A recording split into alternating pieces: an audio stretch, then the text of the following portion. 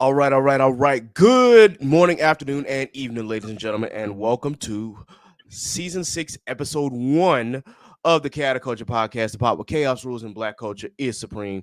The Chaotic Culture Podcast is brought to you by W Energy, the official energy sponsor of the KKP. Use promo code Chaotic Culture 1 to get 10% off any of your orders. The Chaotic Culture Podcast is also brought to you by patreon.com/chaotic culture pod. Subscribe to patreon.com/chaotic culture pod to get bonus episodes and content, and of course to help keep the lights on here. You can either subscribe today for just $3, or you can subscribe at any of the levels, whether it be 5, 7, or 10. But once again, we still appreciate your support.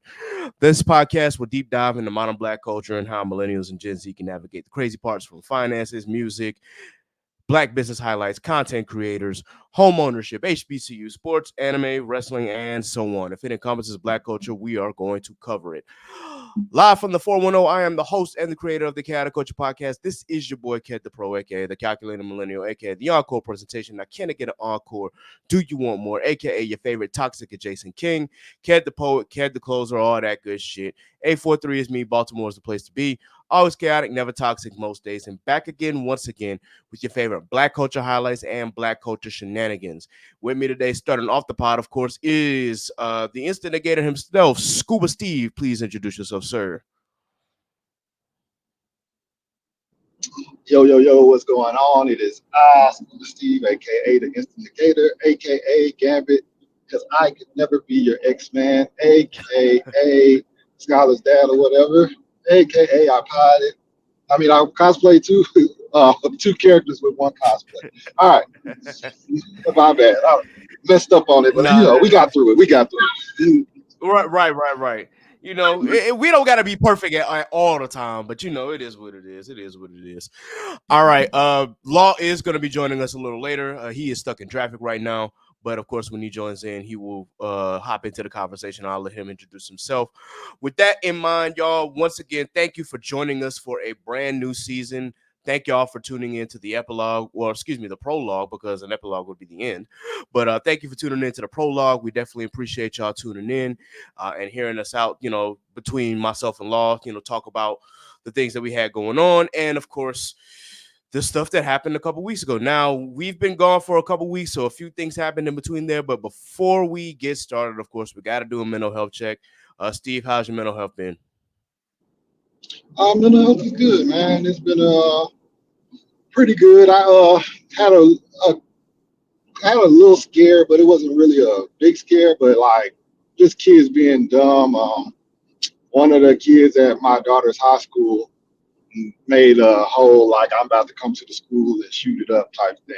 So Oh, of shit. course, they had to like lock the building down and stuff like that and everything like that. But he was just being a fucking kid. You know what I'm saying? Like I mean, this you have to take Yeah. all those threats serious and stuff like that. But he was just being dumb. You know what I'm saying? Just being a kid. So that was like the only scare that I had. That was like last week. But other than that, mental health been good, man. I've been pretty good. I'm not gonna lie. Hey, well, that's good to hear. I am a little surprised at that because, especially with today's climate in schools right now, you can't really take those threats lightly at all. Any kid, At any all. adult makes those kind of threats.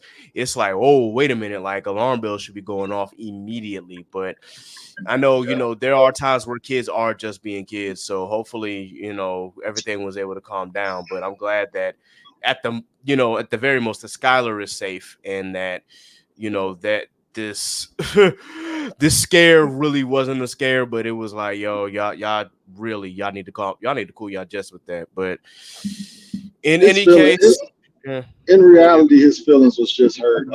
If I'm not mistaken, he got into a fight and he lost the fight. Oh So shit. yeah, so his feelings was hurt, and he started, acting like that. But yeah, they got to take it serious, and that's just how it went.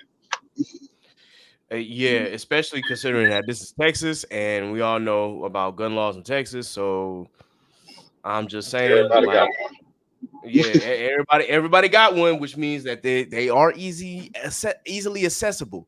So one. all I'm gonna say is, y'all just please be careful out there, man. Watch your kids, and I pray that y'all schools ain't going through that kind of thing. And then if you get if you get your feelings hurt, if you lose in the fight, bro, just come back and fight another day. Train up, go box, take martial arts, do something. Like and so that Hmm. way when you get caught lacking again, this time you'll be prepared and you'll have the hands to actually win the fight instead of doing what you was doing and causing the whole school to get a scare and shit. Yeah. But So how's your yeah, middle? so my mental health's actually okay. It's been pretty good this last week. I didn't really have too much going on. Work is a continuous struggle from a physical standpoint, trying to get adjusted to that. And there are days where I'm more sore than others, but otherwise I'm not complaining. Work is work for right now until I can find something better that's not too much of a toll on my body. But either way, it's still, we still thriving and still pushing. This past Saturday, I actually went to the what they call the Truth and Service Classic, aka the Battle of the Real HU, which is Hampton versus Howard. And to nobody's surprise, Hampton came out on top. So you already know what it is. Hampton once again is the real HU. And I'm gonna talk my shit for now because right now of course, Howard lost, and of course, Howard is dealing with one of our topics for the day. But at the same time, come November, if the U.S. acts right, Howard will have the last laugh anyway because of Kamala. So we'll see what happens there. But I'm gonna get these jokes off while I can. Y'all have to spend another year being losers to us. So, but shout out to Howard, man. It's all good fun for real, man. Because our other rival, Norfolk State, they ghetto as fuck. And I apologize for the language, but yeah, apparently one of the band staff had talked to me and they were just like, yeah, so when we went to Norfolk, like there were fans who were trying to pour like water and drinks all over the Hamptons dancers. And I'm like, what are we doing out here, yo? Yeah, It's like doing too I didn't even much. yeah, doing the absolute most. And she was like, I'm willing to bet that they don't even attend Norfolk State. I'm like, I'm pretty sure it's just the Norfolk fans and not the actual like Norfolk State students who were doing that because ain't no way a student would do that unless they were just that pressed. And it's not that serious. Like, Yeah. come on, man. But either way, yo, they still did what they did. The band sounds absolutely phenomenal. Speaking of which, Hampton's band actually got chosen for Honda Battle of the Bands in February of 2025. And Honda this year is actually taking place in LA. So I may have an excuse to fly out to Inglewood and, go to SoFi Stadium and see them perform. I am going to see how much it's going to cost me, of course, but I think I might be able to finesse it. So we'll see what happens. Hey man, those rivalry games at the HBCUs, you know what I'm saying? Like only a few of us can talk about them because we know, but Mhm. like because Grambling PV game be crazy every year. Oh, I Like know. every year it's crazy.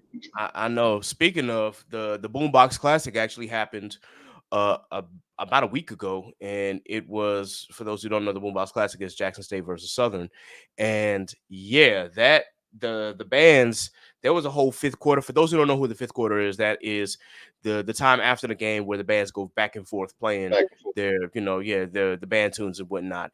I think this one went like 30 minutes. I haven't watched all the video, but I'm just gonna say both bands sound good, and Hampton plays Jackson State next year, and Hampton will see Southern at Honda Battle of the Bands. So this will be interesting to say the least. I Man, really want to. I have yet to hear Southern in person. I've heard Jackson State. I've seen Jackson State in person, but I have yet to see Southern in person. So I really want to see that. So I'm looking yeah. forward to actually hearing that. So this will be some good experience. With that, if we ain't got nothing else, I do want to do a quick check here. The last time that we actually recorded an episode, we talked about a couple fallen legends and, of course, the passing of Rich Homie Quan. So we had said rest in peace to Fat Man Scoop and rest in peace to Beat King as well as Rich Homie Quan. Within those couple of weeks, September has not been kind. We lost James Earl Jones, uh, legendary actor and voice actor. If you have not looked up the work of James Earl Jones, I just highly recommend that you do. Outside of Mufasa and Darth Vader, it's a lot of death. Still, one of my favorite roles that he's done was Fences, and I know that Denzel did an excellent job in the Fences movie, but I know that my first time seeing Fences, it was with James Earl Jones, the stage play. So, rest in peace to that legend. 93 is a long life to live, though, and he lived it well. So For real. it's still sad, but it is a life fulfilled. Hmm. So, any comments on that, Steve? No, man, you hit it on the head, man. Like 93, like you said, that's a lot of life. You know what I'm saying? Like, Yeah. so it's not everybody gets to make it there. You know what I'm saying? There's so many Right. people that's 50, 55, things like that, and so many things happen. Death is so random. So 93 is a good milestone. It's a really good milestone. So, Yeah, uh, absolutely. yeah. And to your point, we lost another legendary singer, Frankie Beverly and Mays. Unfortunately, I didn't know that he was as young as he was. He passed away at 77. I thought that he was a little older than that, but Mhm. it's still sad to see because he was a legend. Like just hearing his voice, we all know Before I Let Go, but there are so many other tunes with Maze featuring Frankie Beverly. We talking Golden Time of Day, we talking Joy and Pain, Running Away. And those are just like off the top of my head. There's Southern Girl, there's plenty more that band gave us, and this man was still on tour performing even after he had gotten throat surgery a few years ago, and he was still going out, still trying his best to perform. And unfortunately, he passed away at 77, which is still a decent life. It's not as long as we would like, our legends to live, but yeah, he's gone too. So rest in peace to Frankie Beverly. It's gonna be difficult, man, because I really wanted to see Frankie Beverly and Maze in concert because I have yet to see them, but it's unfortunately at least Maze will still be around, but it's like it ain't gonna be the same without Frankie Beverly. Yeah, of course. Like, I mean, I saw in New Orleans they had a big celebration for Hmm. Frankie Beverly, and that was amazing to see. It's always crazy to think about how many people that you touch. As a celebrity, of course, you know what I'm saying, you reach out to so many people and you touch so many people and change their lives and things like that, make an Hmm. impact. So it's wild to see, and it was just a really nice celebration that they did. Um, but yeah, Absolutely. I actually got to watch that celebration because I don't think I got the opportunity to. I'm always in the doggone warehouse, so I don't be seeing much. But I am definitely going to pay attention to that. With that, also we lost another legend, Tito Jackson. It just seems like September has not been kind, but Tito Jackson, of course, of the legendary Jackson family, o- older brother of Michael, older brother of Janet, passed away at 70. For those who don't know, of course, he was the one of the guitar players.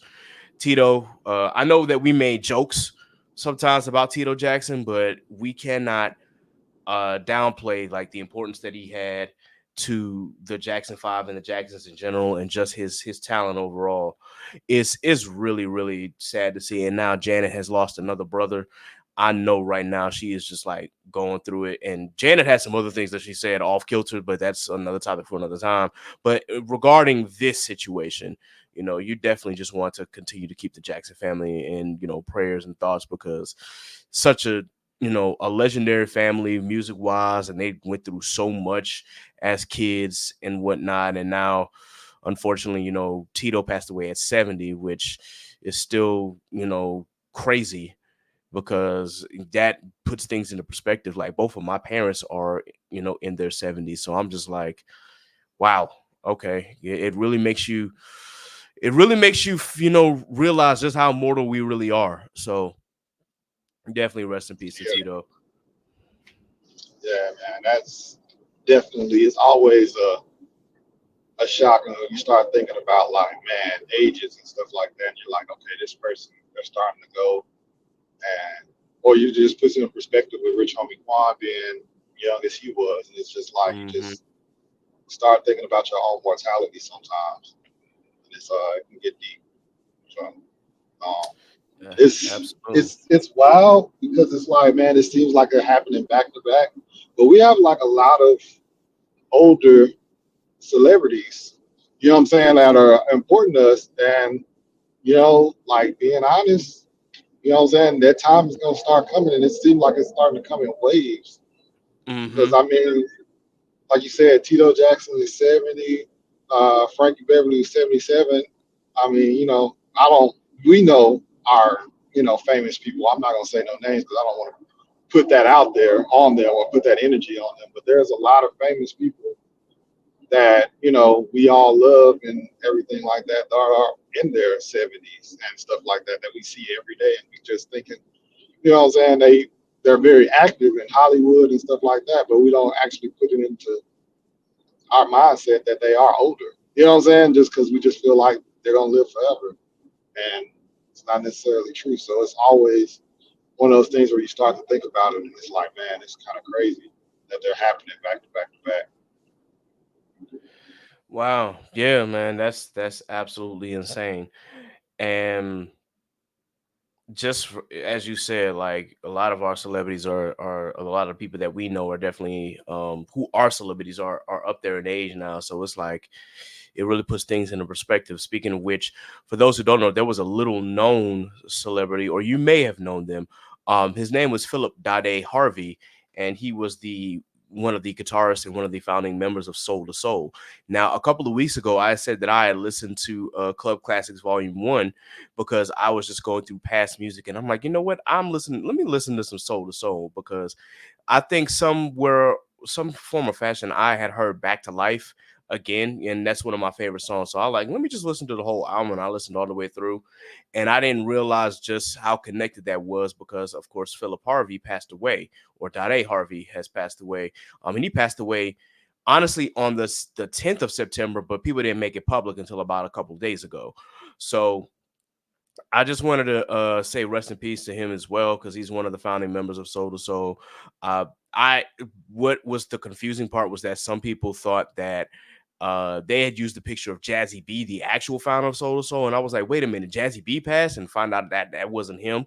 So sigh of relief, but at the same time, not a sigh of relief because it's like, damn, still one of their members passed on, and it's still crazy because he contributed so much to the band. So, rest in peace to Daddae and to his family.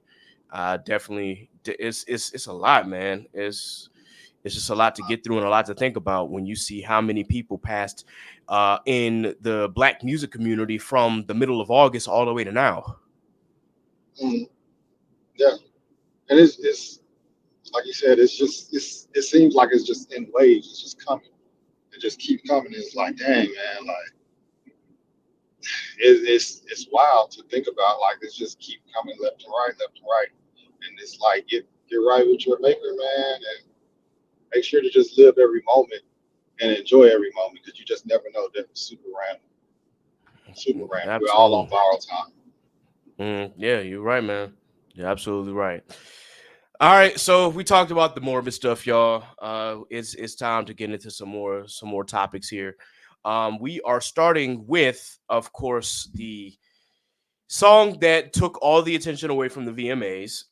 And for those who don't know what I'm talking about, it's the song that I actually did a live reaction to a couple weeks ago, and that was the Kendrick song that was posted on his IG, which most people are dubbing "Watch the Party Die." Now, I had given my thoughts on this song in general. Of course, we've gotten new information as time has gone on, but I definitely just wanted to get Steve's opinion on this particular piece of music if he got a chance to listen to it. I mean, who didn't? Hey, at this point, anything that Kendrick drop, Drake drop, or anybody like in that little big three thing right now, like that was in that Hmm. whole discussion, every time they drop it, everybody wants to critique it and they want to know, like, okay, you know what I'm saying? Like, even like with the ASAP Rocky and J. Cole song, everybody was all like, oh, yeah, see, this is why he had to stay out. You know what I'm saying? And then every time Drake dropped, they like, man, he can't get the stink off of him. And now with Kendrick, every time he dropping, we just like, okay, we need to hear it. We need to hear it. So, of course, you know what I'm saying? It would be crazy out of the 60 million views in a day or something like that, that I would be the one that didn't listen to it. That would be But no, crazy. yeah, yeah. But nah, man, yeah, that it was dope. I liked it. I liked the energy on it was different though. It was very mellow, and it was just like, okay, cool. He came back. It kind of gave me the. It didn't give me exactly the Meet the Grounds feel, but it gave me that mellowed out, like, okay, yeah, this is what we getting right here. And yeah, man, I fucked with it lyrically and everything like that. There are some people that were saying it was boring and whatever, but it's like, bro, what do y'all? Y'all want everything to be like not like us? Like what? Like y'all don't like variety and everything like that. So that's pretty annoying. But I liked it. I liked the shots he was taking at DJ Academics. Like let's go on and Mhm. kill it. Like let's go on and get everybody. Now I got Drake out the way. Let me go get these other niggas. You know what I'm saying? I fucked with that. I was like, all right, gave me that Grim Reaper and he knocking on the different doors. Uh, Yeah, hey, great analogy, bro. Great analogy. And yeah, man, that I kind of feel the same way. After listening to it a few more times, it's like, yeah, this was definitely like shots at the industry, which I had said in my review anyway. But I'm like, this is definitely shots at the industry in general, and just of course taking shots at different influencers, and of course, if the shoe fits, hence the Black Air Forces. And we know that most of those were more than likely like, hey, we looking at academics, we looking at Vlad, Adam 22, and other influencers who try to like, I guess, dick ride, for lack of a better term, a certain artist and whatnot, and then try to change the narrative on what other artists are doing and shit like that. And then it's really crazy how certain people have become these uh media giants and these in hip hop in general. Like, as I've said before, y'all know how I feel about Livingston Allen and just the way that he came into the industry itself. I don't like, and I still, don't like. As FD Signifier, I believe, said this. He's like, there are some people who, you don't really care for, but academics, I have absolute gall for. Like, it's just like, yo, I cannot stand this nigga one bit, and he's still gonna make his regardless, because just of how reactionary he is and just how controversial he is really like nothing you can say will really get rid of him. He has to like do some crazy shit, which of course he also has weird cases out there, so that might be able to yeah, take him out. But definitely got some weird cases.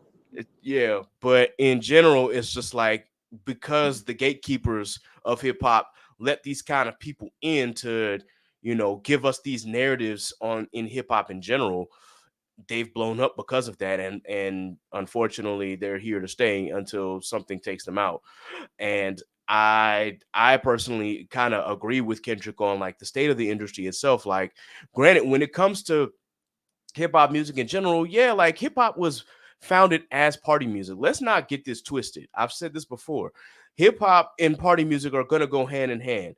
But if that's all the hip hop that you listen to, like if that's all that you consume, I'm going to question you, and I'm going to question your palate and your taste in music, because hip hop has so many different facets. Like, I just can't sit and listen to turn up music every single day. Like, yes, I like it in spots. Like, Future just dropped a new mixtape. I haven't got to it yet, but I'm getting to it.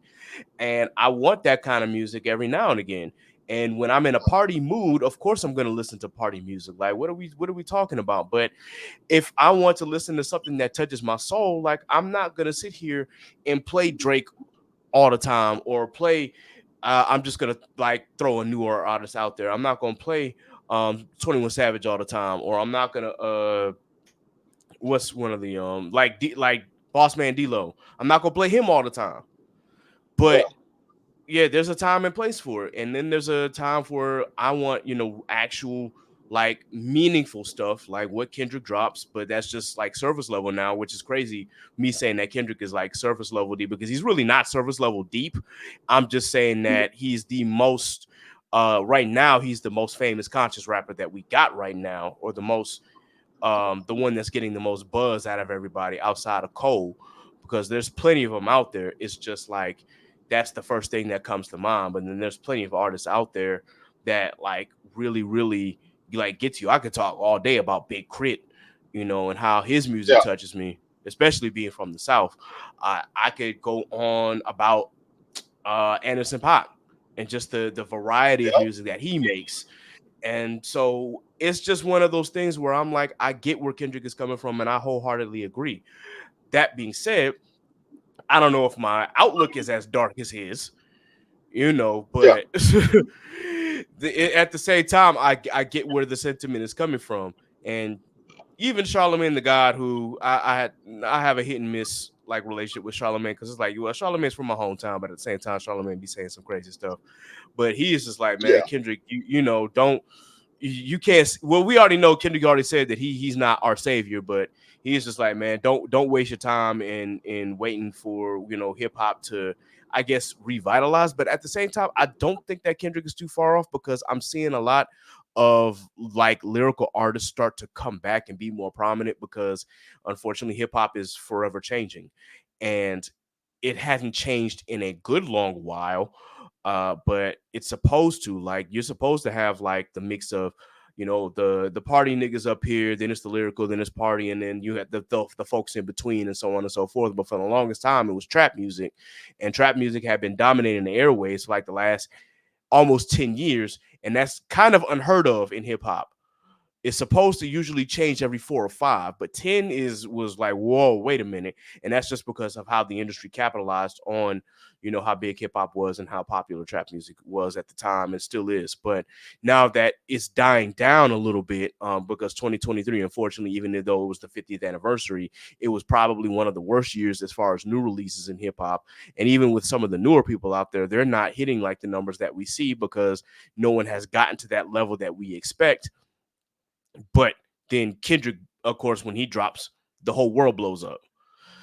So I just to get back to the topic at hand, I think that Kendrick does have a point and has a solid point, but I think that there is still hope for like hip hop in general, and I think we're starting to see like the lyricism, or the lyrical artists come back full time, and I hope that we can get that for like the next stretch or the next 4 or 5 years.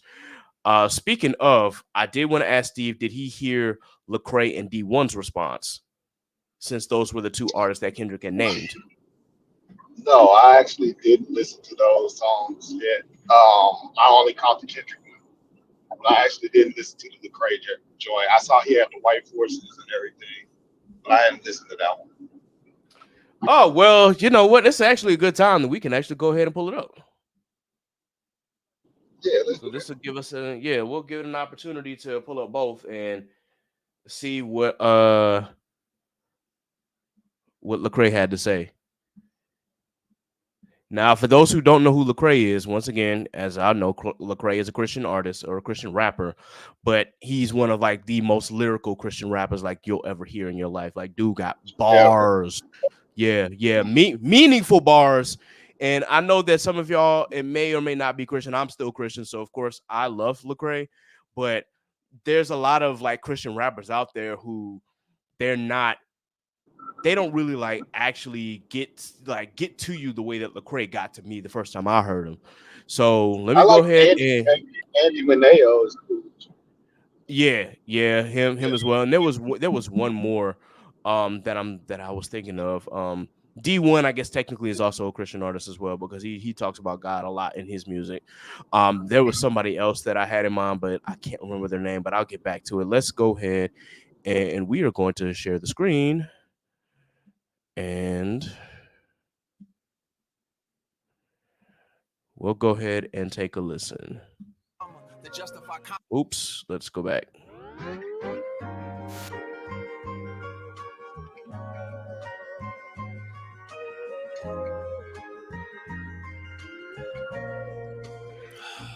I was wrestling like, should I write a verse?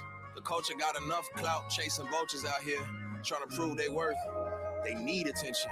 They can't imagine me not trying to make myself look bigger off of this Kendrick mention. I can't imagine his position. Before I got on my mission, I was a party victim. I bought the party favors. I used my trauma, my single mama, to justify commas to pay the devil's wages. Woo. It probably went over their heads. Basically what I said is I was government fed, bred for doing time in the feds, but Jesus bled. Instead of putting dents in their head, he turned his.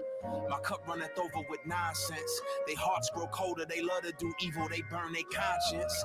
I want the dealer's head who gave my cousin fentanyl. Labels exploiting rapping addicts, man, I'm sick of y'all. My daddy ran with Compton Chris, my uncle's Pyru. Stuck in the middle of this madness, what should I choose? I should be choosing between Howard and Hampton. I love the people that I ran with, but look at the damage. You want me put you on, but I know you still with the scamming. A crooked doctor took advantage and hooked me on Xanax. This killer's sitting in a cell for taking somebody innocent, and they don't even feel no remorse. The worst ignorance. But when I take a look in the mirror, the blood of Uriah's on my hands, cause I'm that killer who had Bathsheba in his quarters. I'm that who let Eve taste the fruit of death. I'm dead sinner, I deserve death, along with all these liars and hypocrites. Fake tough rappers who fabricate their predicaments.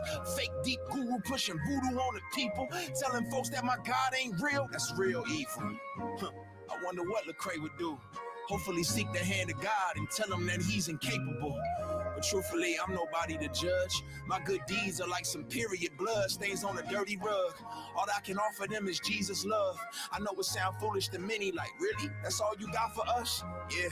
The cross is foolish to the perishing. The world will call me weak and the saints will say I embarrass them. I walk the valleys full of evil, I'm aware of it. I can't condemn the world and burn all of the heretics. Love is patient, so I'm trusting in the narrative. And Christ didn't watch the party die, he died instead of it.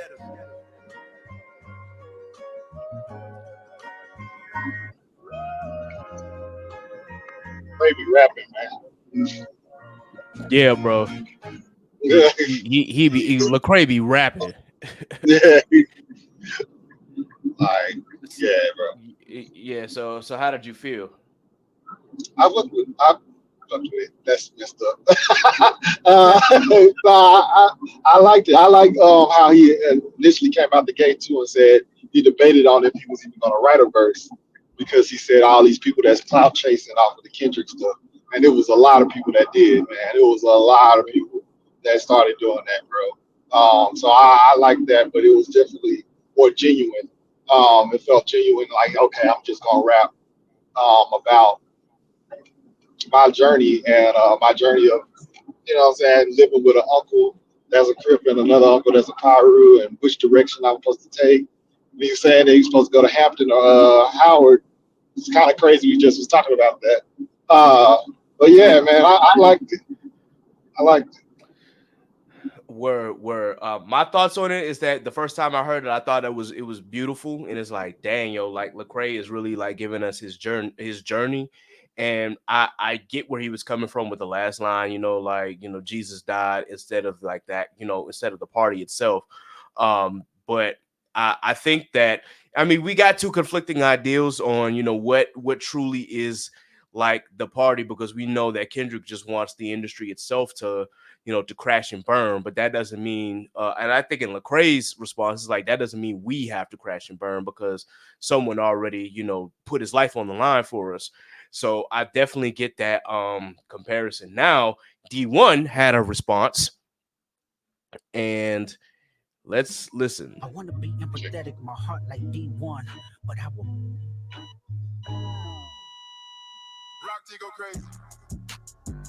The Reeboks is crazy, first and foremost. These people think I'm trying to make What's up, kid? We flipping tables, man. Call it like it is. All right. Y'all done turned this culture trash. These so-called legends ain't no legends. I don't care if they sold millions. All you hearing they message. Poisoning our whole community. Everybody hypnotized. Why you think nobody respect black people? No big surprise. Call it like it is. And I love New Orleans, my city, but I love Galway more. I don't care if none of y'all with me. We celebrate being stupid, and everybody's so gangster. But when you clock in for that white man, you be on your best behavior. Hold up. Call it like it is. Yeah, most of media people lame. Y'all was never really cool before you got inside of this here game. Instigating y'all being messy. You ain't helping nobody grow. Tell Joe Budden I'm on a mission. So don't butt in, Joe. Man, I'm going. No, it ain't no pressure on me. I'm applying the pressure. I'm powered by G-O-D. And we gon' be, alright? That's what Kendrick Lamar said. And in the words of Lil Wayne, the sky's the limit, yeah. So call it like it is. Call it what it ain't. Call it what you want. No, I ain't on that train. I'm speaking from the soul. And I don't care who feel it. Yeah, hip-hop is dead. And y'all the ones who killed that. No, No, I'm not impressed. And I say that with my chest. Don't try to call me preaching. Refer to me as blessed. So call it like it is. And call it what it ain't. Call it what you want. No, I ain't on that train. Y'all boys claim to be some soldiers, but you soldiers ain't no soldiers. Man, I told you and I showed you. I'm a soldier for life. Stop playing dumb. It's good versus evil. It's only two sides. Class in session. Y'all need to attend. Just like my shoe size. Murder music hit different when somebody in my crew died. The biggest gangsters in rap got blind hair and blue eyes. We getting pimped. What y'all wanna do, guys? Your new single just dropped. Yay. Time to entertain us with new lies. Whoever said I'm canceled, man, I'm laughing in these people's face. I work for God, dummy. My impact could never be erased. Tell America, I'm the same brother I used to be before y'all was introduced to me. Consistency ain't new to me. So call it like it is. Y'all done sold us out with your coonery, and that dollar bill got y'all whipped. That's dead, man. It's the eulogy. And whoever say what they gonna do to me, man, I hit your whole block up. With prayers, man. Y'all ain't used to me. To be finished, loop that thing back. Let's go. Call it like it is. Call it what it ain't. Call it what you want. No, I ain't on that train. I'm speaking from the soul. And I don't care who feel it. Yeah, hip-hop is dead. And y'all the ones who killed it. No, I'm not impressed. And I say that with my chest. Don't try to call me preaching. Refer to me as blessed. So call it like it is. And call it what it ain't. Call it what you want. No, I ain't on that train. I don't care what these people think. I'm trying to make these people think. I don't care what these people think. I'm trying to make these people think.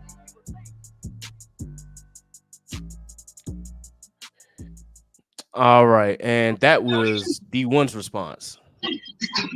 So lyrically, I don't think he's as great as Lecrae and everything like that. But his message was, I felt his message way more because it was like just like he really was like you said, calling it like it is. He was telling the truth on a lot of that shit, man. Like a lot of the stuff with the industry and how like they leeching onto like these bad vibes and stuff like that, that drill music and all that stuff, talking about pill popping and all that stuff.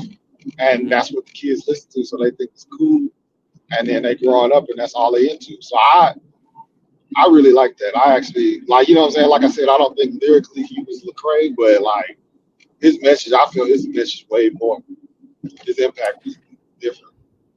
Yeah, I agree to an extent. For me, it's like, yeah, he's not as lyrical as Lecrae or Kendrick, but you could tell that with this message he was speaking from the heart. Like, yeah, the industry's fucked up, so let's just call it out while we at it, Yeah.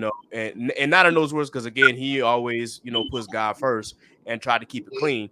But you can tell, like, hey, this is what's going on in the industry. We a lot of y'all, especially in the rap games, telling yourselves to the white man, and y'all doing all this just so y'all could have a single out there, and they're like, oh well, they look at you as just the money makers and not even as human. And also from his perspective, he's just like, man, look, I love my people, but some of y'all just need to get your act together. So I think from D1's perspective, he was agreeing wholeheartedly with Kendrick's message, and he wanted us to actually like point it out. He's like, okay, well, Kendrick said this, so let's point him out. Let's tell him what's really going on in the industry, and let's actually say it so that everybody can hear it.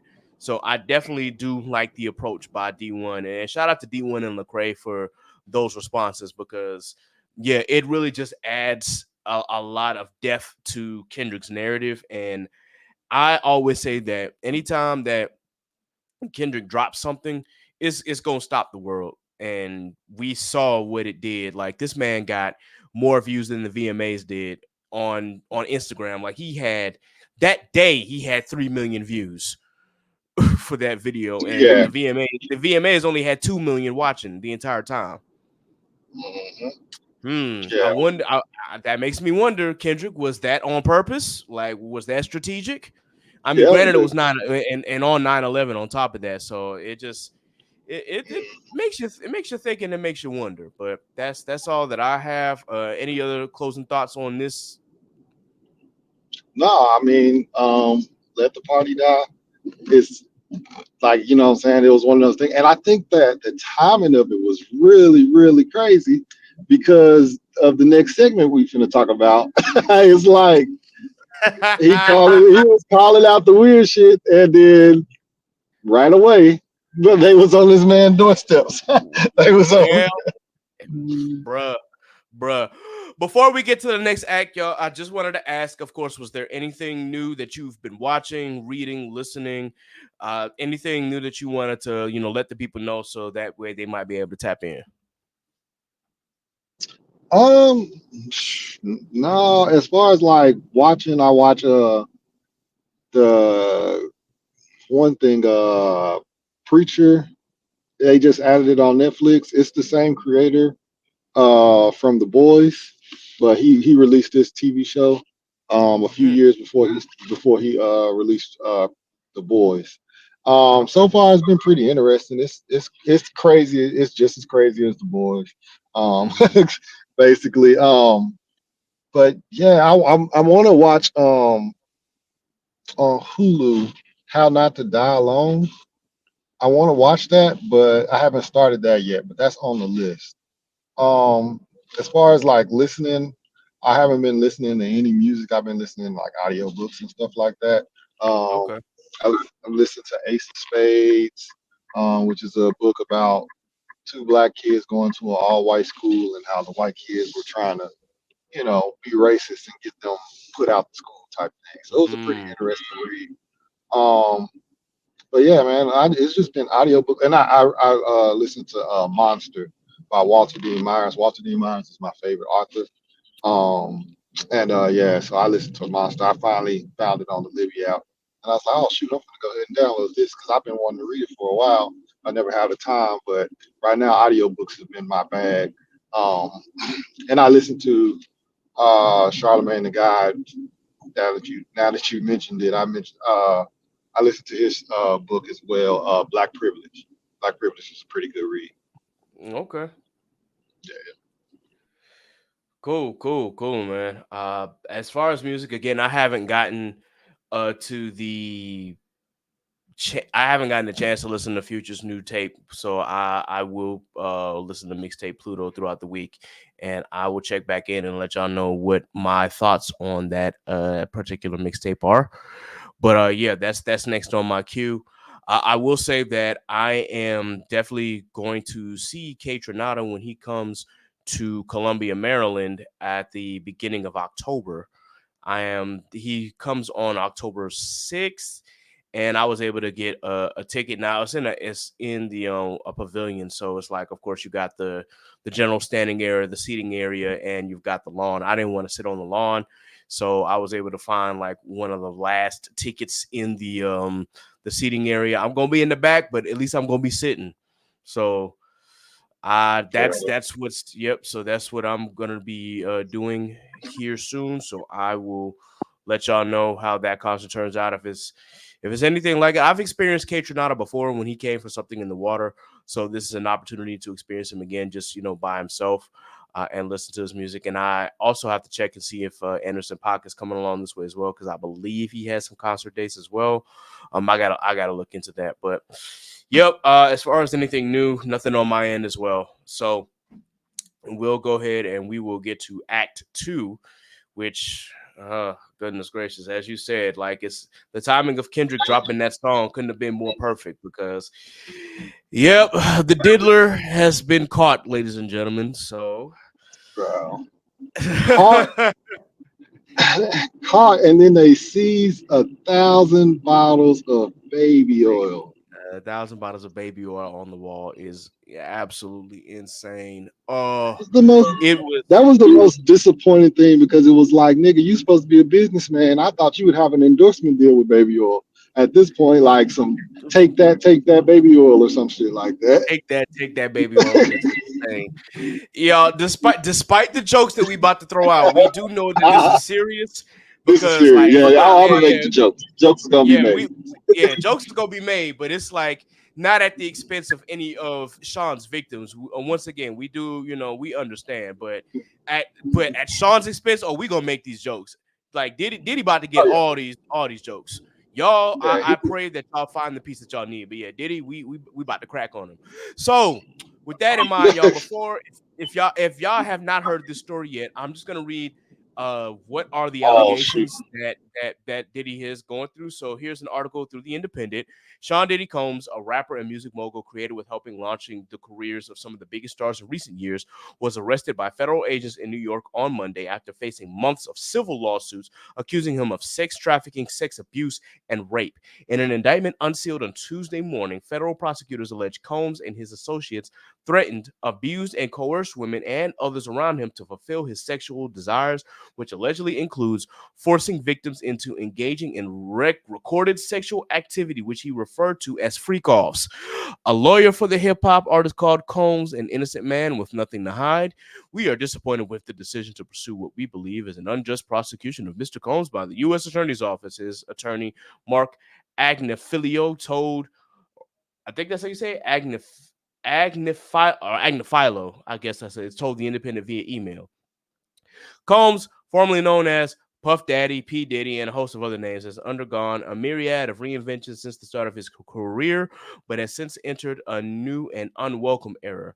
Federal agents with U.S. Homeland Security raided two of the rapper's houses in Los Angeles and Miami on March 25th as part of an investigation into the allegations brought against him. The music mogul was also recently hit with a $100 million default judgment on September 9th over an alleged sexual assault from a 1997 party against Derek Lee Cardello Smith.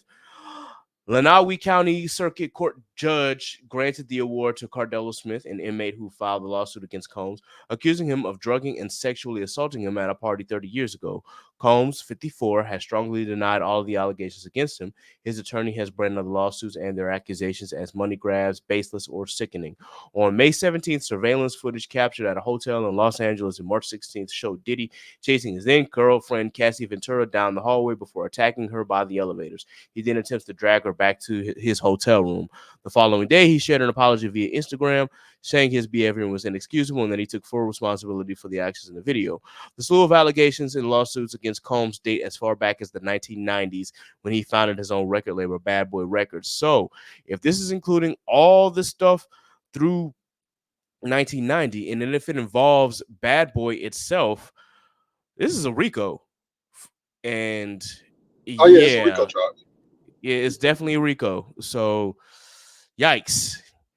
All the allegations against Sean Diddy Combs. Lawsuits against the rapper began on the 16th of November, 2023, when he was sued by singer and dancer Cassie, his former partner, who alleged years of abuse. It was filed under the New York Adult Survivors Act just before it expired. This act offered a one-year window for adult victims of sexual assault to come forward with civil claims, regardless of the statute of limitations. This is more info about Cassie, which I'm going to skip. More info about Derek Lee Cardello Smith. Oh, here's something with Rodney Lil Rod Jones. In the most recent lawsuit filed against Combs, filed on the 26th of February in 2024 in New York, producer Rodney Lil Rod Jones alleged he was subjected to unwanted advances by associates of Diddy at his direction and that he was forced to engage in relations with the sex workers Combs had hired. The producer, who worked for Combs between September 2022 and November 2023, claimed Combs sexually harassed, drugged, and threatened him for more than a year. He said he has video and audio evidence of Combs, his staff, and others engaging in serious illegal activity. The lawsuit identified rapper 50 Cent's former girlfriend and the mother of one of his children, Daphne Joy, as one of the alleged sex workers. The lawsuit also alleges that Combs regularly hosted sex trafficking parties with underage women and illegal drugs, and implies record label executives who looked the other way financially benefited from access to celebrities and dignitaries, including the British royal Prince Harry. Oh boy. Prince Harry is not accused of any wrongdoing or of attending parties himself. Combs' attorney told the Los Angeles Times that the lawsuit contains reckless name dropping about events that are pure fiction and simply did not occur. Ryan Meddlesome, 20, who used to live in the area where Combs' Los Angeles property was searched, told reporters that he would see parties at home and women outside until 6 a.m., which was not usual. I drive by a lot and I see that a lot of girls, maybe 5 or 6 girls outside, some leaving, some not, some going in, he said, according to NBC News. I never thought anything of it, Mr. Meddlesome, who added that he did not know Combs lived there until Monday's news broke. But now it's crazy. Some more about Joy Dickerson Neal. More women are coming forward. Since November, 3 more women have come forward with lawsuits in the Southern District of New York alleging that they were sexually assaulted by Combs, according to NBC News. 2 of the women said they were teenagers at the time of the alleged assaults. Oh, Lord Jesus. It's one thing to assault women. It's another thing when they're also underage. Like that's twice the. I don't, what's a another word for heinous? Just is absolutely filthy. Um, he's got two more anonymous Wow. Jane Doe. Yeah, it's beyond foul. Like it is, and there's more women named in this article. It's just crazy. Um, for nearly a year, Combs has faced a series of civil lawsuits that accuse him of sexual abuse, rape, and misconduct. Now, federal prosecutors have brought criminal charges against him. Combs has been charged with sex trafficking and transportation to engage in prostitution after a federal grand jury in New York chose to bring an indictment against him. He is accused of running a criminal enterprise that consisted of his associates, employees, and the influence of his business empire to coerce, control, and abuse female victims. That includes sex trafficking, forced labor, kidnapping, arson, bribery, and obstruction of justice, according to the indictment. Remember what we said about Kid Cudi's car? Yeah.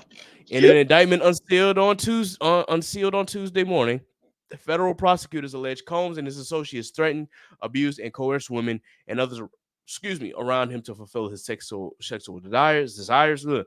That allegedly includes forcing victims to engage in recorded sexual activity, which he referred to as freak offs.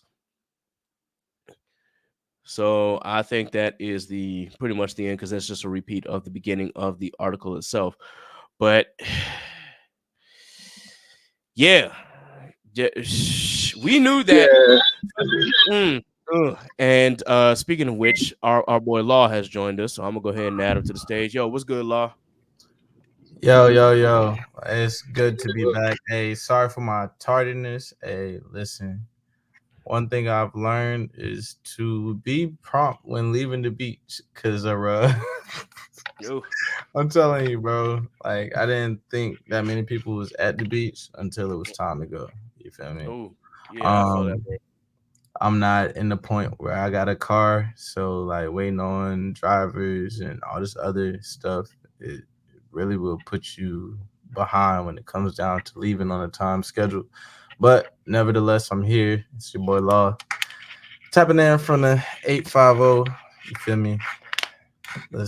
I came in on the back end of what sounded like Did He Do It? Yes, yes he did. Yes, he did.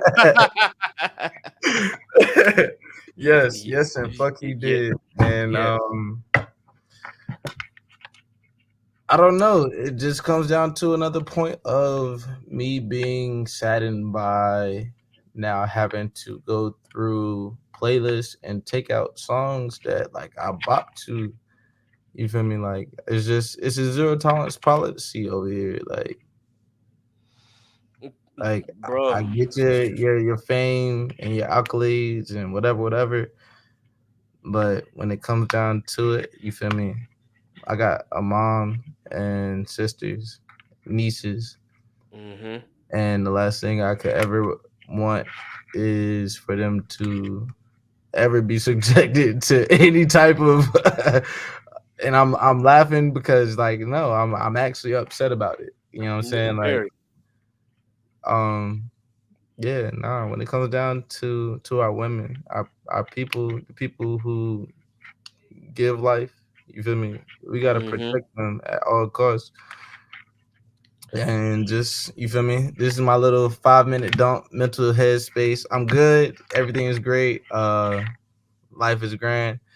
um yeah, now when it comes down to it, you feel me, when it comes to our black women or just women in general, we have to protect them at all costs because not only are they being monetized and deemed as things of property, is really sad and unfortunate. And the more that we delve into these years, is more and more that you see that they are not cared for in the instances and the places that they should be taken care of. And the fact that we have to keep constantly having the same conversations about healthcare, or just even their rights in general, is beating a dead horse in the ground. And I don't know. I really watching the debate. I don't know if we've talked about that just yet, but watching the debate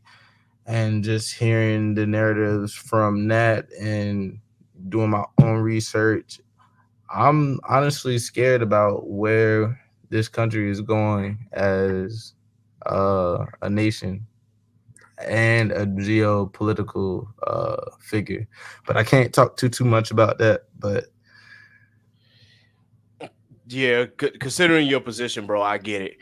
uh with that in mind, I just wanted to give like a few thoughts on this whole situation with Diddy, man. Like, just like Law, it's really difficult for me because it's like, dang, yo, you really did make like good music, and now I can't touch it with a 10-foot pole no more because of all these allegations that you had, not only against women but underage women and men too. Like, dude, you were just an incredibly sick human being to be doing all of this and abusing people. It's like, yo, and we've had jokes about Diddy secretly liking men for the longest time, but actually seeing it play out in like real time, it's just like, wow, it bro, did you not age are. well. It did not at all, and it's just like, yo, bro, like, what is it? It's just so absolutely crazy that it is as deep as this. Again, we knew that, and we've made jokes about it in the past about Diddy being evil, and like just the way that he treated some of his artists was crazy. And even I've said on occasion, like, looking at Bad Boy Records as a whole, when you look at the artists that were under him and how they didn't like last long because of something that had to do with just how Diddy treated them. And it's crazy, like, when we talk about Biggie and Mac, how we lost them. Mac ended up like joining a whole cult and kind of going crazy. Loon converted to Muslim, and he's like, he don't want nothing to do with Diddy. Mace would come back every now and again, but like, you see, he separated himself. We don't like Total. Um, Afterwards, Total like kept their distance. Danity Kane going through this. We see what one of the members of Diddy Dirty Money has said about P Diddy. She shared her story. It is so mind boggling to think that he would just have this amount of abuse for years and years and years and years and years and years, and you have all these execs looking the other way because Diddy is a cash cow, because Bad Boy is a cash cow, and because they're making money off of him, and he's making money in general, and he's benefiting all of these corporate execs and things like that. It is just completely insane. And I feel for the women that have had to deal with that, and I feel for the dudes who had to go through that, bro, because that is just really wild to me. Just hearing about all the shit that he put women and men through. I honestly, I don't know, man. Like, it's a lot of people that I say that I have a disdain for, but just hearing about what Diddy had done is just like, bro, ain't no way. But Ain't kid, no it makes way. me ask, like, because eventually, all the money that was being paid out comes to an end. Mm-hmm. Mm-hmm. You run out. So, how much money actually was expounded into the silencing of these people before they felt like they wanted to be able to, or it might not have even been a money incentive. It could have just been that, like, I don't want to say it's a snowball effect, but that's kind of how it seems to play out. But it's just like, how much money was actually invested into hush money? Because Mm-hmm. when you look at Epstein and now Diddy, um, and then I mean before him, the major one was R. Kelly and uh, Cosby. So it's just like, Mm-hmm.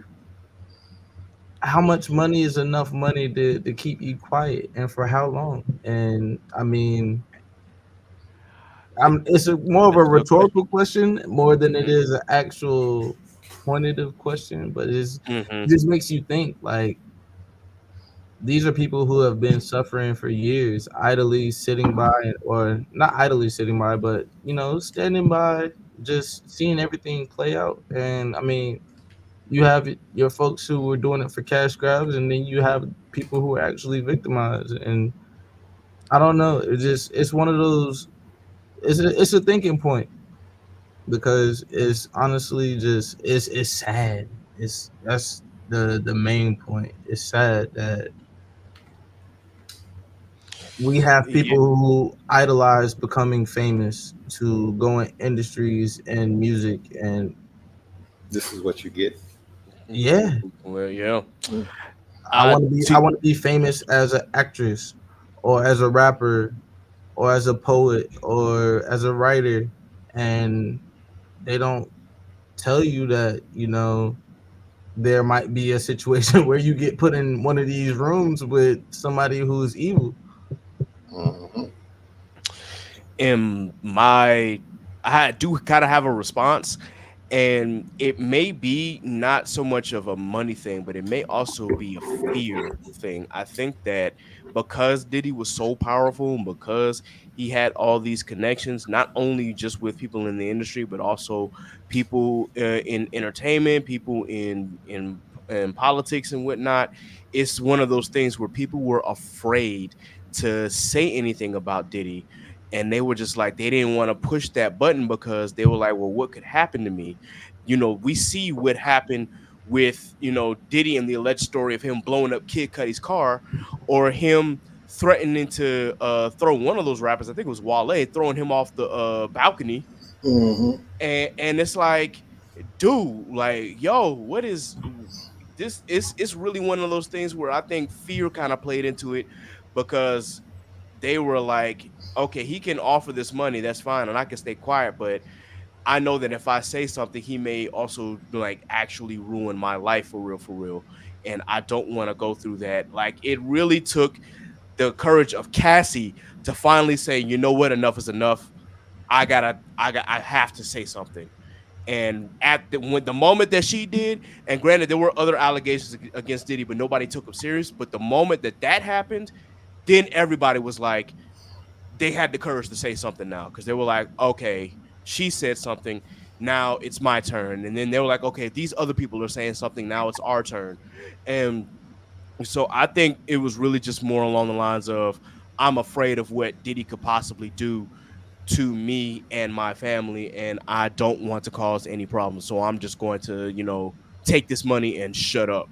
And I pray that, or rather, I'm fearful, because it's like I don't want his victims to like have to live like that. But again, we understand that in our justice system, victims are never really truly like taken serious until like all this evidence really shows up, unfortunately, because we, for some whatever reason, have a problem of believing victims, especially our black women. But it's like it really took Cassie's courage and somebody dropping that hotel video to that all the bombs just went off, and it's like, yep, okay, Mm-hmm.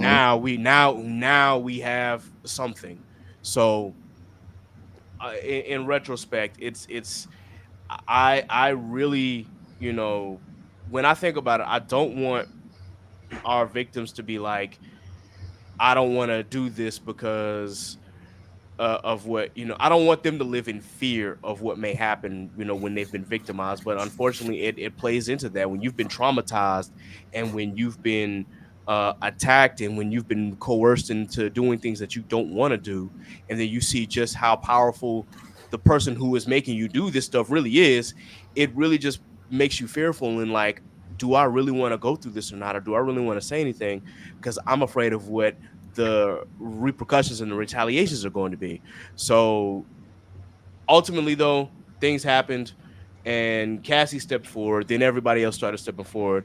Then the feds was like, all right, We we don't step let's do in. some, yeah, we gonna We step got what in. we And need. now, yep, and that's what ended up happening. So with that, Scuba Steve, did you have any comments? Nah, man. I mean, like being real, like get that nigga the fuck out of here. You know what I'm saying? Like Yeah. lock his ass up. Nigga, too fucking wild, too fucking freaky. And to all the people that are oh, he's a black man. They not doing this to white people and all this stupid shit. Lock their ass up too. But you know what I'm saying? Like, quit making it seem like, oh, they only doing this because he like stop that shit. Like, nigga, lock their ass up too. Mhm. Boosie, stupid, ignorant ass. Oh, he just how you fucking, you know what I'm saying, going they arresting him for being freaky. It's like, nigga, did you read the fucking charges before y'all No. decide to speak? Y'all just decide just to say anything and run with it. And y'all niggas are dumb, bro. Like, y'all are dumb. I don't care how it come off, how it sound to everybody else saying you might, oh, you a dick rider or whatever. No, you niggas are dumb, bro. You niggas are fucking dumb. Read the fucking documents before you just start making fucking posts and shit like that, because at the end of the day, Boosie, you also are a powerful person. You're an influencer in a sense to other motherfuckers that are out there. So you said that shit. Now all these other people that don't have a name is tweeting and making Facebook posts, not sticking to the size of the actual people that are victims, and it's fucked up. You know what I'm saying? So it's like, bro, y'all have a responsibility too. And I was gonna add to that, like, you got to think about it. Like, you say one thing wrong, and this is coming from Boosie standpoint. He said one thing wrong, everybody on his ass. Yeah. You know, so like you like, and again, you go back to the point of everybody has a mother, a daughter, a niece, a grandmother. You feel me? Like, look at the Freaknik. You feel me? You got people years later. That's my mama. like, like, thankfully, you know what I'm saying, that won't my mom, but like, you feel me? Like, the actions of a day and period can come back and affect you negatively. So it's just like, before we just be so gun ho to just, oh, well, he black man just having a good time. No, No. Read no. the fucking documents. Yeah, It's just listen. like signing a contract or you signing a record deal. You better read that fine print and see what you actually signing to, because they'll have you jumping off the Empire State Building butt Doing naked, talking doing wild about I'm a chicken. shit. I'm a chicken, I'm a chicken. You know what I'm saying? So it's just like, we gotta really lock in, and it's all to take away from other things that, again, I can't talk about, but y'all know what I'm speaking of, because Yep. that's coming up too. So I need my people to wake up and actually use the gift that was given, which is intellect in your mind, and get out of the algorithm of what we think is right, and pick up a book, or just pick up the newspaper, or just anything, and actually read it for what it is, and broaden your horizon, because ignorance is one thing, but to just blindly follow behind the next person's ideology is asinine. Stupid. And I'm gonna use that opportunity to say that we at the Chaotic Culture podcast have we've done this before, and it's election season again.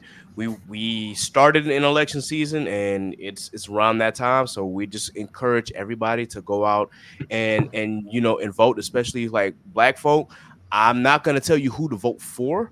I can tell you who I'm not voting for myself. Y'all already know DJT is not getting my vote ever in this lifetime, and I've made that clear with the Central Park Five. I'm like, as long as he maintains that the Central Park Five are guilty, or excuse me, the exonerated five are guilty, he will never see my vote. But you might be a different listener, and you might, feel some kind of way about Democrats or Republicans, whatever the case may be. I just want you, as a black person, if you are black listening to this, to exercise the right to vote, because I've had grandparents and parents who were in the civil rights movement who basically were literally marching and fighting and bled for that particular right. And I'll be damned if I let it go to waste, regardless of what my thoughts are on the political landscape, regardless of what my thoughts are on certain candidates. I am going to still utilize that right that was given to me, that so many people try to take away right now. So thankfully I'm in a good state. Maryland is very, very progressive, and they're very, like, open-minded. So I'm like, all right, yeah, I'm good with where I'm at. So I already know who's going to end up winning my state.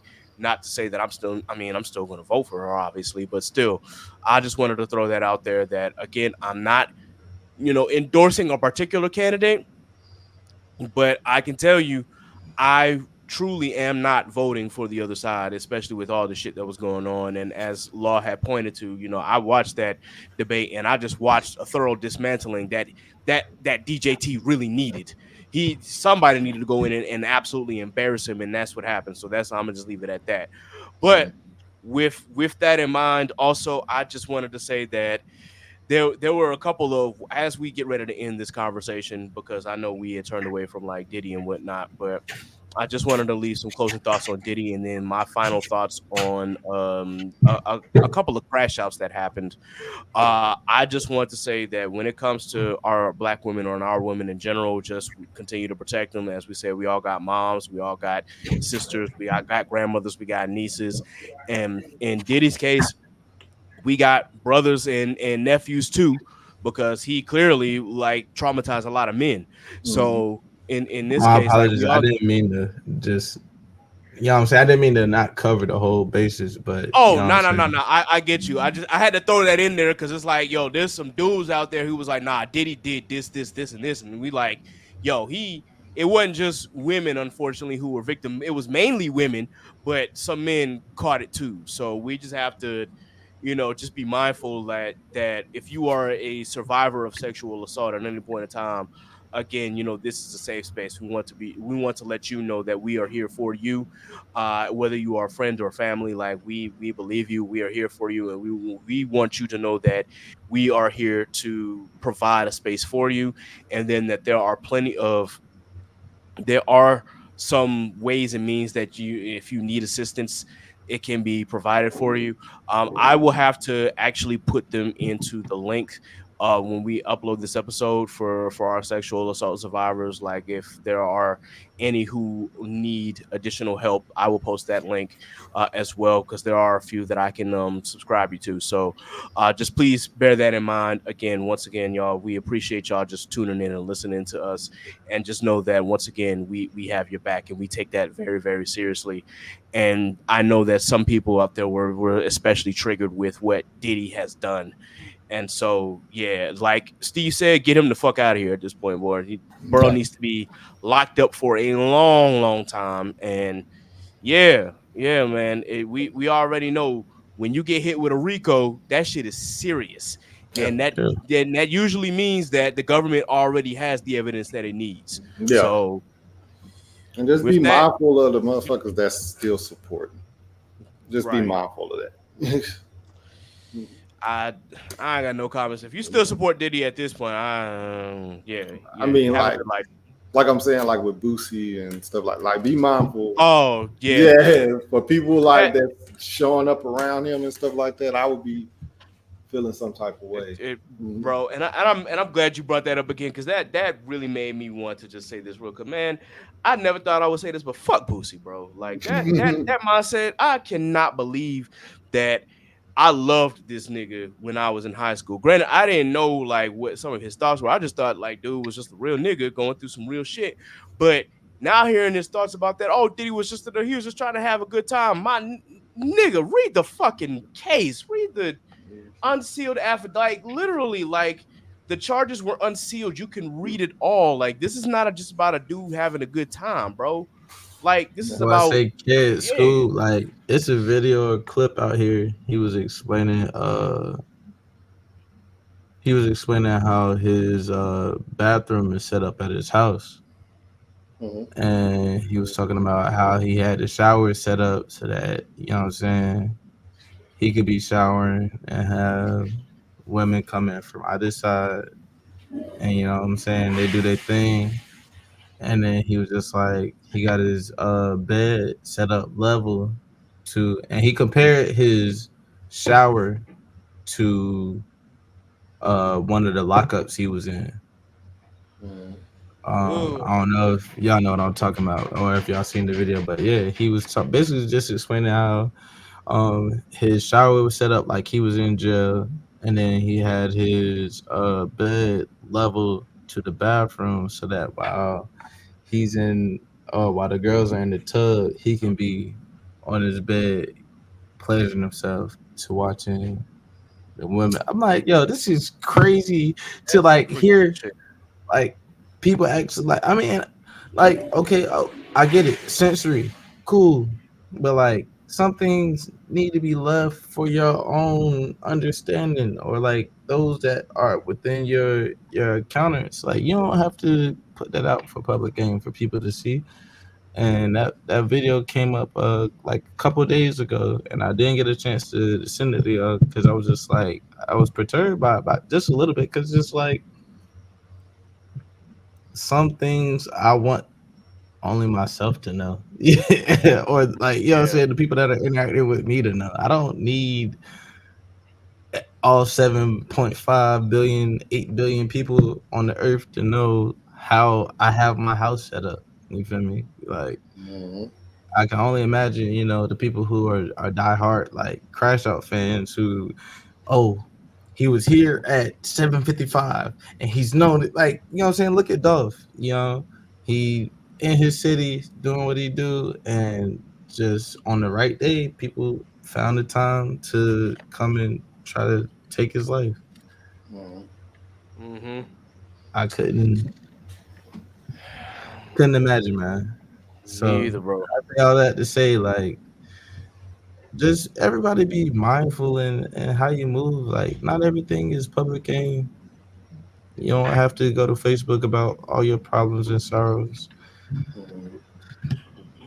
For real, no. So please don't go to social media with your problems and sorrows, yo. Keep that in house. Like social media is not the place for you to have a therapy session. Go see an actual therapist. Go see that lady. Mhm. So let's move on from Diddy because there is one more thing that I wanted to comment on. There's actually two more things. One, in our political landscape, I just wanted to mention that there's a certain person who is running for governor of North Carolina, who happens to be black, but he sure don't act like it. And his name is Lieutenant Governor Mark Robinson. If you haven't seen that story, oh boy, yeah, more power to you, North Carolina. All I'm gonna say is please vote for that white man. That's all I gotta say. And I never thought I would say that, but bro, please vote for that white man because never in my 33 years of living, I have never seen anybody black call themselves a black Nazi. That shit is insane. I, Cool, I cool. And then there's some other stuff that Mark Robinson did that I you can read the CNN report about. I don't want to get into it. I just had to throw that out there because ain't no way, ain't no fucking way that dude said that. Even if I don't care if it was 100 years ago, a black person saying that is absolutely crazy because them the same folk who would kill you. Yeah, it don't make So I mean, they made a yeah, movie about it, kid. I know.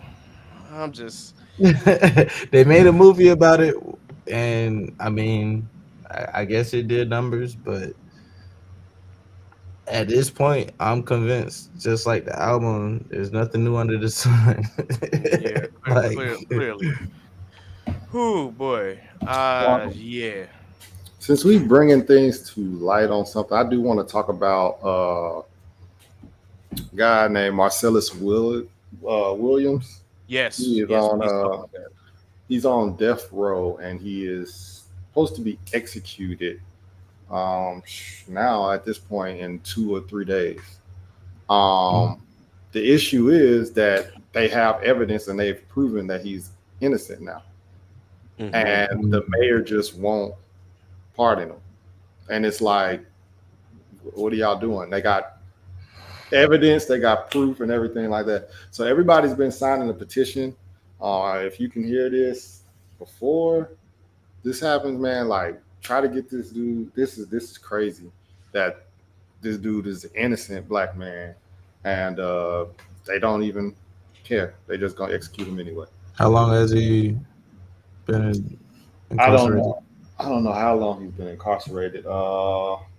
Not that it matters. I mean, at the end of the day, if it's been proven and shown that he's innocent, he He should should be have got exonerated. out. But He should have got out the second that it happened. You know what I'm saying? That's crazy. right, But yeah, he's basically. I'm looking at the article and stuff now, but I've just been seeing that like we don't have much time, and they got a phone number. Everybody's been calling. You know what I'm saying? Texting. You know what I'm saying? Trying to bring as much attention to it as possible. Everybody's been tagging the mayor on Twitter. All this other, it's a whole movement right now, and nothing. So, Governor Parson of Missouri, man, what are you doing, bro? Like, um, not to stray from that, but I don't know if y'all remember a couple months ago the movie Civil War came out. mhm. Mm-hmm. Um, Watching that movie, actually, it stirred me in a bad way because it felt too real. Um, Talking about people revolting. Um, they now have made armed forces the forces for the United States versus the people, if that makes sense. Mhm. And I mean, I'm kind of summarizing it based off of me watching it, but it kind of stirred me the wrong way because it was too real. And I think I said on latter episode that it was coming out, saw the preview for it, and it was kind of scary to see that that's what Hollywood has now come up with as a form of entertainment for people. And just to see today's current state and where we're going with things, and we're right on track for that same exact Situation. rhetoric to happen. Yeah. Um, and then to have friends and family who are in the education system, and they're physically and mentally taxed because they don't know how to get these kids to understand and be locked in with actually learning. It's a scary time that we're in, and yeah, I'm the youngest of the three of us talking, but we all are Yeah. like-minded in the sense that like we know what it was to go to school and to have to be to school and to actually have a reprimand behind not passing the grade or not knowing our material when it comes to you know going to school. And I know we're on gen alpha or something like that. Mm-hmm. Hmm. Yeah. They always preach to us that we are the future, right? And you can't even get a kid to spell tomato right without technological assistance. Yeah. And I was being facetious with that, but also speaking Nah. real facts with it. Yeah. Um, I am nervous as a young black man wanting to start and build his own family, uh, on what it will be like to put my child in the education system, whether it be private or public. And to our listeners, I hope that y'all are feeling the same, and not in the sense of worry, but in the sense of we need real change. Um, and that's not to take away or to say that the education system is failing our children. It's the country. And Mm-hmm. I'm stepping lightly now because again I don't have a true platform to talk, but y'all feel what I'm putting down. Like we need real changes. Nah, that's real, bro. Absolutely, absolutely. So just in light of that, with the whole Marcellus Williams situation, and then just with everything going on in the country, I am, I definitely I have glimmers of hope, but I know that with the way certain people act and with certain people believe, it's just kind of like, okay, yeah. So I know that in terms of how this country operates, it's always been like slow change. It's never been anything dramatic, unfortunately, because that's just how it is. And some of us have to be like, we can have hope for real change, and then at the same time still maintain pragmatism, because we know that unfortunately, at least our parents' generation had to be pragmatic about certain situations. That's kind of how Joe Biden got into office, because it's like we have to be pragmatic about how to beat certain people. But same time, we just know that with the way that this country is and the way that certain generations are brought up, we just have to be mindful of how we take care of our generations below us, and how we mold them so that way they can be the next ones up as we intend them to be. We can't just put it all on their soldiers without doing the work ourselves.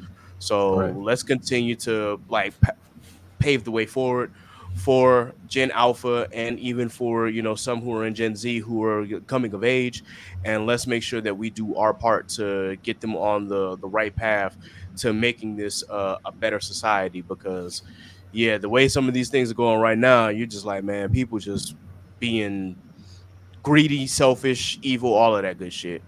But before we get out of here, there's just one crash out that I wanted to talk about, because I'm not sure if anybody is familiar with this guy, but his channel goes by the name of What's the Dirt. And What's the Dirt actually is he's a lyric breakdown. Like he does lyric breakdowns of a lot of different hip hop songs. Now he is white and he is Canadian.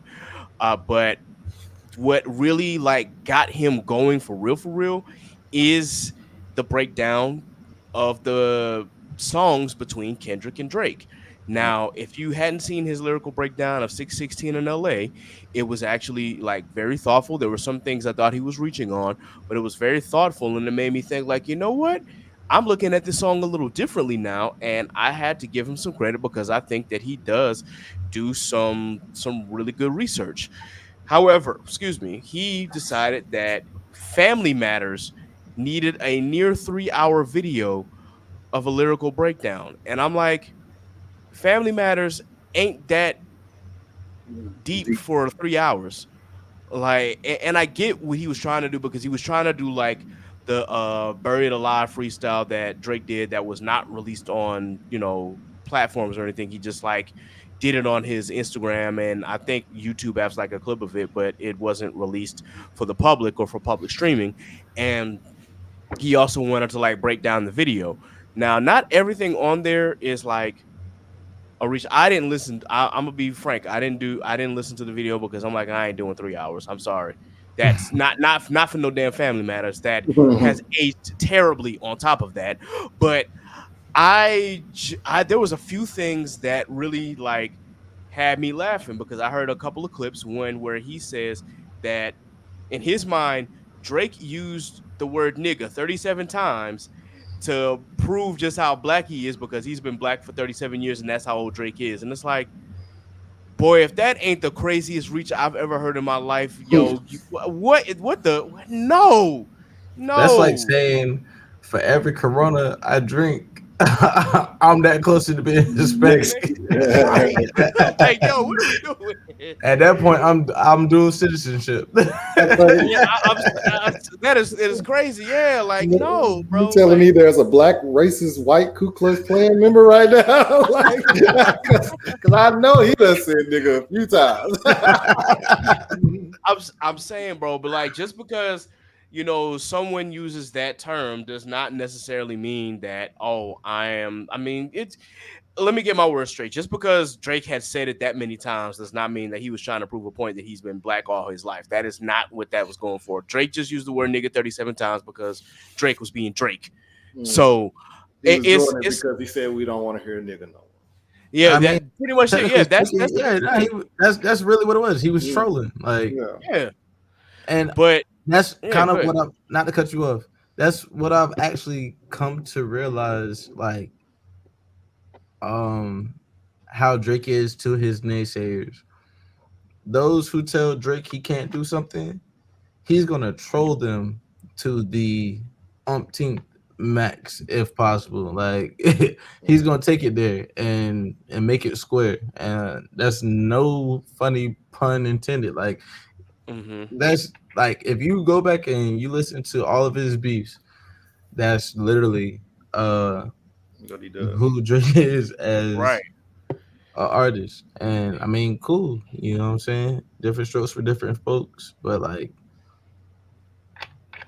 for you to Yeah. say 37 times to 37 times to prove that he's black, that's bullshit. Yeah, it's bullshit, bro. It is. And so with that in mind, it gets away from the Kendrick and Drake beef because there's a guy by the name of Justin Hunt who goes by the Company Man, he's actually been a hip hop journalist for a long time and like has his own YouTube channel and whatnot where he kind of describes, how certain he breaks down music as well and whatnot, not to the sense of like a lyrical breakdown, but he can break down how the music feels and things like that because he's been in journalism for a long time.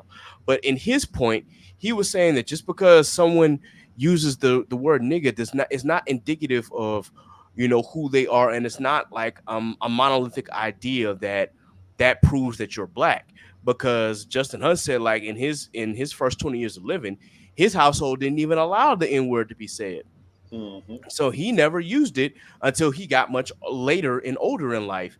But one of the things is that he was just being not like critical of what's the dirt himself. He was just like, hey, that particular point I don't agree with, and here's why. But because of that, what's the dirt crashed out and decided to like attack him personally and say, nah, there's some dudes out here who've been attacking my character, so nah, fuck them. I'm gonna start clapping back, but then I'm not gonna record it for YouTube to give them the benefit of the doubt because this dude is just gonna get clout off of that. Mind you, the Company Man had built his base long before What's the Dirt was a thing. Mm-hmm. So there would be no way that he was getting clout off of this when, you know, the Company Man has been in this joint longer than he has. But it just really was crazy because What's the Dirt had gone back and had heard him say, oh, we never used the N word like for 20 years in my household. And then this dude, What's the Dirt, said, I can tell, and started laughing. And I'm like, bro, what just happened? So I rewinded it back and I heard him say, I can tell, in response to Justin Hunt saying, we didn't use the N word for 20 years. And that right there made me realize, like, okay, this dude's a piece of shit. Mm. And I'm talking about What's the Dirt because one, you do not get to tell black folk Yeah. what they are, who they are based on the uses of the N-word, and you don't get to demonize them just because a certain word was not used or a certain word was used multiple times. It don't matter. You do not have that place. You are not black. You are not a black American.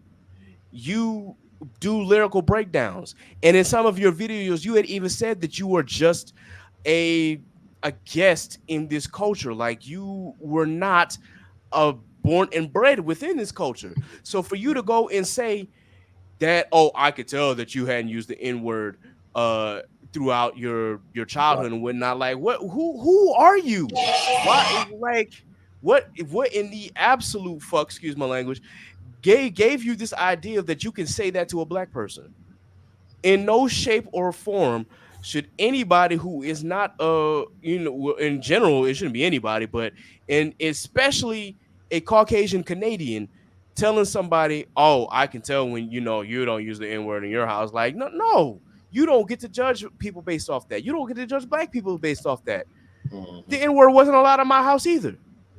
That don't mean that. I mean, granted, yeah, I was bad. I wasn't bad, but I was around dudes who said it all the time. So of course that became part of my language too. But that doesn't mean it was allowed in my household. That didn't mean I could say it in front of my mama or my daddy or any of my cousins or my grandparents. That no, like if I said it, it was in the confines of school or summer camp. But in general, a white person does not have the ability to come into that space and tell people, "Oh, I can tell that you acted a certain way," because black people are not monolithic, and we do not grow up under a singular household, or do not have this idea that we may have similar experiences, but that does not mean we were all raised and grew up the same. So with that in mind, like he had because of that video of him posting this crash out against the company man and telling him all this and fuck him and whatnot, he actually did send the company man an apology in his DMs later. But you had all these reviewers like, nah, you was wrong, you was out of pocket. Yep. Nah, you was in the wrong, bro. Like, The chill. apology needs to So, be as loud as the disrespect. absolutely. Not in the DMs. Nope. You got to make it public. Absolutely, make it public, show that you were in the wrong. To the same sense that, like, I mean, fight me if I'm wrong. That Drake needs to come out and issue an apology. Not only to Kendrick, even though it's, you know what I'm saying, that's water under the bridge at this point, but to all of the people that he dragged into that situation. Because, you know what I'm saying? Yeah. And that's not to bring up a dead horse, but it's one and the same. You can't tell nobody how to live their life, because I guarantee you, if in congruent situations, if you were to loosely go to your teacher and tell your teacher what's going on at home, and your teacher called a conference with your parent, your mama gonna be like, "How you know about that?" Right. And then guess what's gonna happen? You're gonna go home and you're gonna get chastised because you put the family business out in the streets for the air. Absolutely. And that ain't your place as a child, because at the end of the day, you did something to be wrong. And you were corrected for it by your parent. And because you felt free enough to go and speak about it to your teacher, now you extra wrong. You know what I'm saying? Like, yep. You got to know your place. This is facts, bro. This is facts. So, yeah. I just wanted to point that out for y'all who, if you have not tuned into What's the Dirt, now I don't recommend it, because I want the apology to be as loud as the disrespect, as Steve said. But at the same time, like, if you haven't listened to like the 16 and LA breakdown video, you can. But I personally don't want to waste 3 hours listening to a Family Matters breakdown, because that song does not need 3 hours. Drake has had surface level bars, and he's always had like surface level bars. There have been some like in the past that may have gone over your head, but they're not made with the intricacy and the level of art that Kendrick would do. And so it's like, yes, Kendrick deserves all these breakdowns because he's not thinking surface level, whereas Drake is the complete opposite. That's not to shit on Drake, because I still think that Drake is great as an artist, except for his last few albums, which I said in the last episode. Like, anything after Scorpion, I'm like, no. But in general, Drake as an artist is still up there, and he's still one of the GOATs. He's not my GOAT specifically, but I can't deny like how impactful Drake is. That being said, his lyrics have never been something that required you to do a full course breakdown that consists of 3 hours. Like, Kendrick's music deserves to be studied at universities, not Drake's. I'm sorry, it's just not. That's not where Drake is right now. That's not who he is as an artist. Kendrick is. So that's all I got to say about that. And those are my closing comments. Any other comments, Steve, before we get up out of here? No, I don't got nothing. All right. Cool. Well, that kind of concludes our first episode. But before we get up out of here, of course, we got to know if there are any new black businesses that we wanted to shout out real quick before we do the rundown and peace out for the night. Shout out to the Turkey Leg Hut. Yay! Health code violations always win. Turkey Leg Hut is crazy. Yo, bruh. If y'all have not read that story about Turkey Leg Hut, bro, they got shut down because of what? 35 health code violations? 35. Is that the right number? Yeah. 35. That is insane, bro. 35. Listen, I know a lot of Ooh. restaurants that be just like getting by with like they be like having 20 and whatnot, and they still run. But 35, bro, they should have been shut down a long time ago. And listen, the first time I went to Turkey Leg Hut was actually decent, but that was back in 2019. I don't know what happened after that. Apparently, it just got bad. Shit is crazy, man.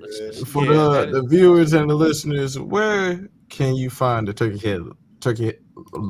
I cannot talk right now. The Turkey Leg Hut. You can't find it in Houston anymore. Not in Houston. Yeah, but it was in Houston. And then the person that runs like the Facebook page, she was all like, "We're doing a temporary shutdown. We'll be back open on September." 35?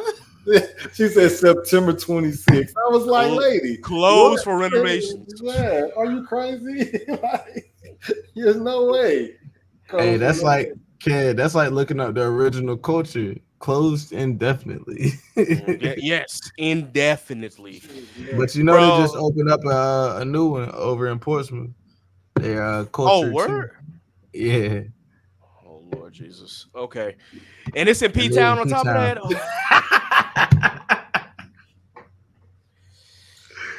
Yo. Hail Mary, Mother of Grace. I pray for that establishment. That's all I'm going to say. Yeah, shout out to them. I think that's all I got, though. If you're in Houston and you're listening to this and you did want someplace good to eat, I did go to Supreme Gumbo in Houston, and that shit is actually really good. Word. Shout out to Reggae Hut, which was down the street from Turkey Leg Hut. Reggae Hut is still good. I've been told though that Cool Runnings is actually the place to go to. Shout out to Daphne for that. Next time I'm in Houston, which would be around DreamCon, which is the end of May instead of July, but whatever. I am gonna come to Houston at least, and I'm gonna try it, and I'm gonna take your word for it. So yeah. All right, let me go ahead and do this rundown. If nothing else, ladies and gentlemen, of course, if you are not familiar with the rundown, this is an opportunity for us to name all the podcasts, business, artists, and content creators who have supported this podcast and who we ourselves support in general. So this is our time to shout them out. First and foremost, of course, shout out to Shogo High and Inside the Mind of a Blurred. Of course, you know I am part of the Shogo High Collective, and Steve is the founder of Inside the Mind of a Blurred, which I am also a part of. So, of course, shout out to those two podcasts as well. Big shout out to Mike Check Waifu, of course, who was on with us last season. If you missed that episode, please be sure that you check it out. I am also a Patreon subscriber to Mike Check Waifu, so please be sure that you check all of their content. They are great. If you're not familiar with them, of course, Mike Check Waifu is a seasonal anime podcast, and they break down all of the seasonal anime, some of their favorites, and of course some of the stuff that is not their favorites. And they may shit on your favorite anime, but they come from a place of honesty and how they feel, because they watch like a ton of anime. I can't even keep up. So definitely shout out to them. Shout out to Worst Gen and Blaname. Of course, Blaname is slowly but surely starting to come back. Worst Gen, of course, is still on a hiatus. But again, shout out to the two podcasts, which were together formerly known as Anime After Dark. I am still Patreon subscribers to them. So big shout out to Mike and Sine for doing like all their work over at Blaname. And of course, Worst Gen with GB and the whole team. Shout out to Sensei and Mike. They got the Mike and Glove show that they sometimes pop up on Twitter Spaces. So definitely shout out to them for doing their thing. Truth and Transparency Podcast with Brother X, the Culture Scientist, and Mr. Smith. Shout out to It's So Real with Raquel and Onaji. Dad Needs to Talk with Rather, the Father of Vash. Analytical Where Shit Gets Critical. Geek Set Podcast. Anime Junkies 3 Weaves in the podcast. Those Anime Girls. Commute, and of course, shout out to Black Geek Energy. I do have to get Black Geek Energy on here. Shout out to my boys DeMarcus and of course my boy Jared. They are doing their thing over there. They've actually been starting to interview a lot of good people and a lot of people who are in the entertainment industry as well. So big shout out to them. They're doing amazing work. For our Black content creators, of course, shout out to Off Black Mag with Aaron. HBCU Anime with Evan. Shout out to Sundari with Erica, who is also taking her hiatus as well. Cerberus Entertainment, of course, shout out to Tatty Poodle, the Geechee Gamer, Icarus Metro Comics with Calvin. Shout out to the gang Hubtaku. Shelby with Simply Janine, Simply Baked, and Rose Less Traveled. Shout out to Strange Keith with Idols to Icons. Shout out to Toasty Marshmallow. And of course, shout out to the Corner 5, which consists of Simone with Basimo Malcolm, Courtney with None of My Friends Watch Anime, 5 with Fight for Rage, Chris with Chris Matarame, and Sham with One Punch Sham. And of course, shout out to Scuba Steve and Alpha with Blur Mob Productions. For our black artists, of course, we got to shout out our very own NASA. Big shout out to Scoozy and Tyrone Leak. They just actually had a performance. And Imogen as well. They actually had a performance the other day at Rendezvous in DC. So big shout out to all three of them. Shout out to Jack Union, Phil.me, Ellis Quinn, RJ Stackhouse. Shout out to my boy Quarter, Ari Lachelle, Zach Hines. Definitely shout out to Zaynab, and shout out to Elena, who actually will be popping up again very, very soon, because not only is she a singer, but she's also an author. So, of course, we got to have her back.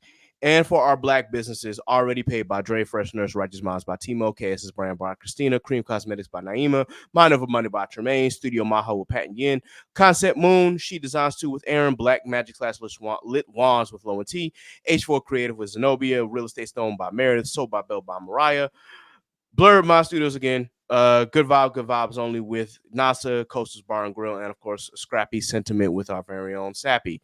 With that, this concludes the episode here. Be sure that you like, share, and subscribe to the Chaotic Culture Podcast on your favorite DSP. Once again, subscribe early to the Patreon for early access to the podcast and bonus episodes to the podcast. You can subscribe at any of the 4 levels, whether it be $3, $5, $7, or $10.